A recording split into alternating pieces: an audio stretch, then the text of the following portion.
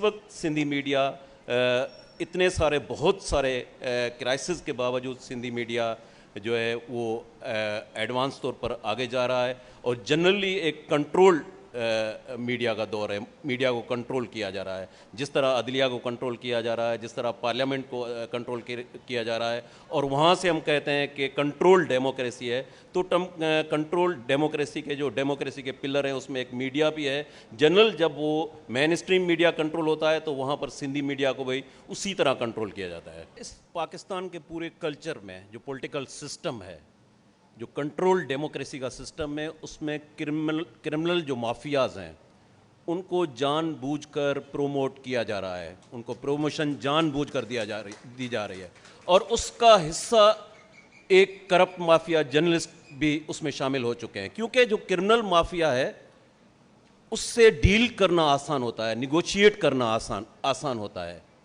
آپ professional institution کی بات کریں, مالکان بلینئرز کہاں سے کہاں پہنچ چکے ہیں, ان کے بزنس جو ہے پاکستان سے نکل کر پوری دنیا میں پھیلتے جا رہے ہیں. لیکن آج بھی جو قصبے میں ایک تالکا رپورٹر ہے اس کو سیلری نہیں دی جاتی. یہ ایک فیکٹ ہے.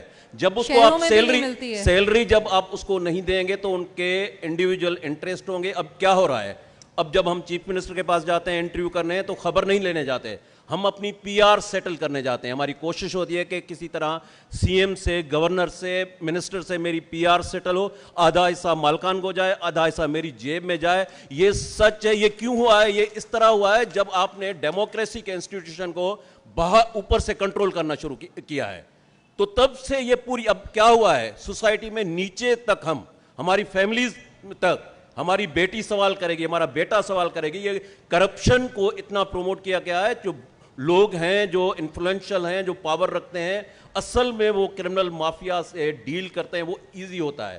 ایک ریئل پولیٹیشن سے ڈیل کرنا مشکل ہوتا ہے. ایک ریئل جرنلسٹ جو ہے وہ اپنی صحافت کرتا ہے, اس سے کنٹرول کرنا وہ مشکل ہوتا ہے. تو یہاں پاکستان کے اندر اس طرح کا کچھ ہو رہا ہے اور ہمیں سب کو آواز اٹھانی پڑے گی.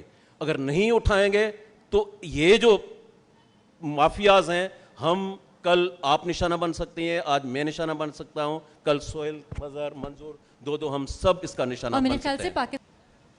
اب جو پبلک کے ایشوز ہیں, اب مسنگ پرسنز کا ایشو بلوچستان میں, سندھ میں, وہ پبلک کا ایشو ہے, لیکن وہ ہم نہیں اٹھا سکتے.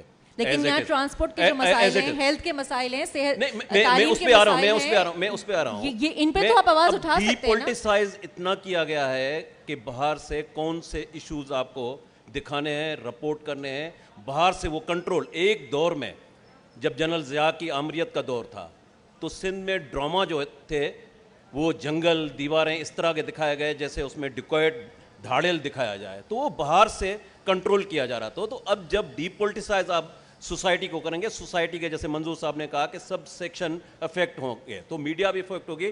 ہم as it is social media پہ مسنگ پرسنز کی ریلیز ہوں گی, ہم ایز اٹ از نہیں دکھا سکتے, جبکہ وہ بھی پبلک کے ایشوز ہوتے ہیں. اب اس طرح کے وہ چیزیں جب دکھائیں گے, جیسے ڈی پولیٹیسائز, ٹاک شو میں آپ بیٹھتے ہیں, ٹاک شوز میں آپ ٹارگٹ کس کو کرتے ہیں, پولیٹیشنز کو کرتے ہیں, تو وہ اس پہ کوئی قدغن نہیں ہے. تو ڈی پولیٹیسائز کریں پوری سوسائٹی کو, کوئی قدغن نہیں. جب ایکچول ایشو ہوں گے آپ وہ نہیں دکھا سکتے. ایک یہ کڑوا سچ ہے. دوسرا, ہم یہاں سندھی میڈیا میں ایک بہت سندھ کی وحدت کا ایک سینسٹیو ایشو ہے, وہ پبلک کا ایشو ہے. جب آپ کہتے ہیں کراچی اور سندھ تو اس پہ پورا سندھ بھڑک اٹھتا ہے, لیکن وہ ایک پبلک کا ایشو ہے نا.